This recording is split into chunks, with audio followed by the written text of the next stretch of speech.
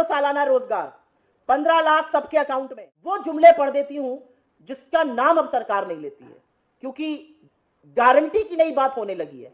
जो गारंटी 14 के पहले दी गई थी उसका क्या हुआ, वो जुमले निकले। 2 करोड़ सालाना रोजगार, 15 लाख सबके अकाउंट में, सारा काला धन 100 दिन में वापस आएगा, पेट्रोल और डीजल 35 रुपए प्रति लीटर पे मिलेगा, फार्मर इनकम डबल होगी 2022 तक, 5 ट्रिलियन की इकोनॉमी बनेगी 2022 तक, हर सर पे छत होगी 2022 तक, 100 स्मार्ट सिटी बनेगी 2022 तक। इस गारंटी का क्या हुआ? क्योंकि ये गारंटी नहीं, ये जुमला था, और ऐसे ही जुमले लगातार बोले जा रहे हैं। आज सरकार कहती है बेरोजगारी है ही नहीं। आईटी कंपनीज ने 2,60,000 नौकरियां 2023 में घटा दी, क्योंकि निवेश और उपभोग दोनों नहीं हो रहा है। जुमला था 15 लाख बैंक अकाउंट में लाने का।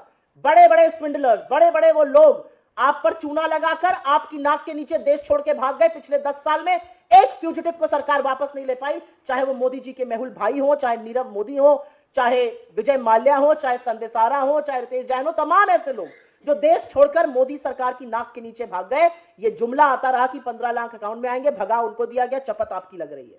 फार्मर इनकम डबल करनी थी, 27 रुपए कमा रहा है आज का एवरेज फार्मर। 25 करोड़ लोगों को गरीबी से निकाला गया। दोनों सदनों में मैंने सुना बड़ी निर्लज्जता से प्रधानमंत्री और वित्त मंत्री इसकी बात कर रहे हैं। किसने इसकी पुष्टि की है? नीति आयोग ने, मानक बदलकर। क्या यूएनडीपी ने इसकी पुष्टि की है? क्या वर्ल्ड बैंक ने इसकी पुष्टि की है? क्या आईएमएफ ने इसकी पुष्टि की? और अगर यह सच है तो उपभोग क्यों कम है? अगर 25 करोड़ लोगों को गरीबी की सीमा रेखा से निकाला गया तो 80 करोड़ को फ्री का राशन क्यों देना पड़ रहा है? अगर 25 करोड़ को निकाला गया तो माल न्यूट्रिशन क्यों है? हम 111वां स्थान पर क्यों है भुखमरी के इंडेक्स में? ये बातें सरकार नहीं बताएगी। सरकार कहेगी हमने 11 करोड़ 80 लाख फार्मर्स को पीएम किसान सम्मान दिया। असलियत यह है कि उनकी संख्या घटकर 8 करोड़ हो गई।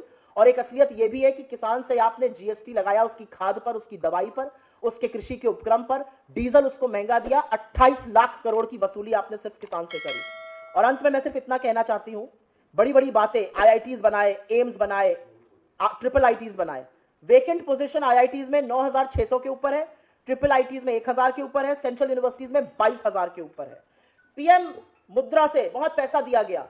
असलियत यह है एवरेज लोन साइज 25,000 का था। 25,000 आप में से जिसको चाहिए उसको देते हैं। एक धंधा शुरू कर एक बिजनेस शुरू करके दिखाइए, कोई नहीं कर सकता है। और अंत में जिस जीएसटी के नाम पे बहुत कूदफांद हुई, 50% इस देश की सबसे गरीब आबादी 64% जीएसटी अदा कर रही है और सरकार वसूली करके अपनी पीठ ठोक रही है।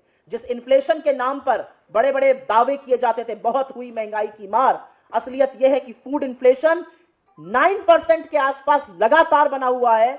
और एक साल भी पिछले 5 वर्षों में जो इन्फ्लेशन का लेवल है 4%, वो अचीव नहीं हुआ है। लगातार 6% के आसपास इन्फ्लेशन रहा है। मुझे ऐसा लगता है कि काफी डिटेल में मैंने इस पर बात करी है, क्योंकि ये कच्चा चिट्ठा सरकार का खोलना जरूरी था। खोलना इसलिए जरूरी था क्योंकि सरकार अगर अपने ही दिए हुए मानकों से, अपने ही दिए हुए आंकड़ों से कंपैरिजन करे तो वो पाएगी कि हर मोर्चे पर अर्थव्यवस्था के सरकार पूरी तरह से विफल है। चाहे वो निवेश हो, उपभोग हो, ग्रोथ हो, बेरोजगारी हो, महंगाई हो, कर्ज हो, रुपया हो, पेट्रोल डीजल की कीमतें हो, ऐसा कोई भी मानक नहीं है जिसमें इस सरकार ने, मोदी सरकार ने यूपीए से बेटर परफॉर्म किया हो। तो झूठ बोलना एक कला है, लेकिन आंकड़ों के साथ खिलवाड़ नहीं किया जा सकता है। और ये सरकारी